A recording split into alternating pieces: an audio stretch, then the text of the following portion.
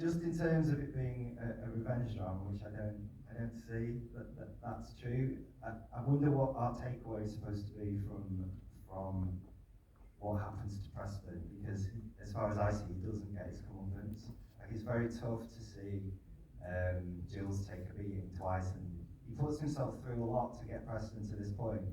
But there's no revenge video, there's no exposure to his friends. What are we to take away that Preston's comeuppance is, would you think?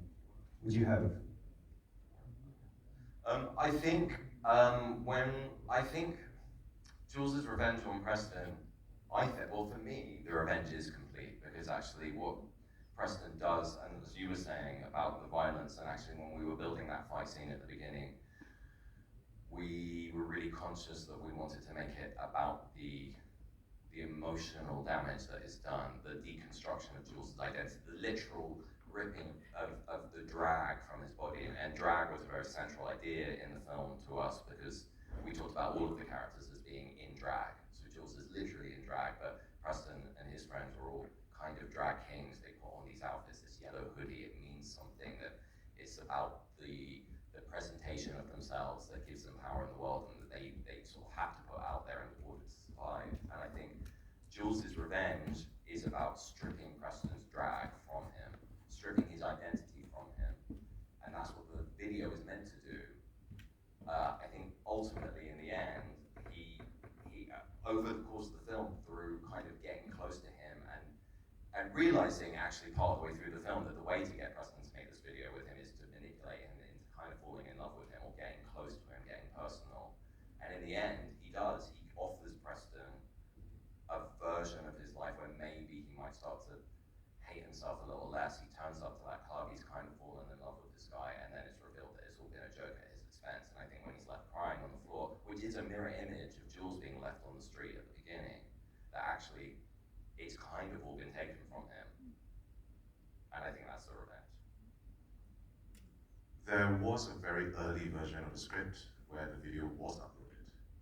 And there was another version of the script where Preston gets killed. And when those versions were being read through, we were sitting on them, it just somehow, like conventionally, intellectually, you would imagine that that would be satisfying, but somehow it was just not satisfying. It just doesn't read well, it doesn't come off the page. And what we realized then is that a satisfying revenge is when the thing of highest value in the film they set up is being destroyed or killed. And what we realized was that the thing of highest value in this film is not physical life, but emotional life, the life of an identity. So that is how we arrived at this ending that we eventually found satisfying, for us anyway, that it is Preston feeling the death of his identity in the confusion that he finds himself in the end.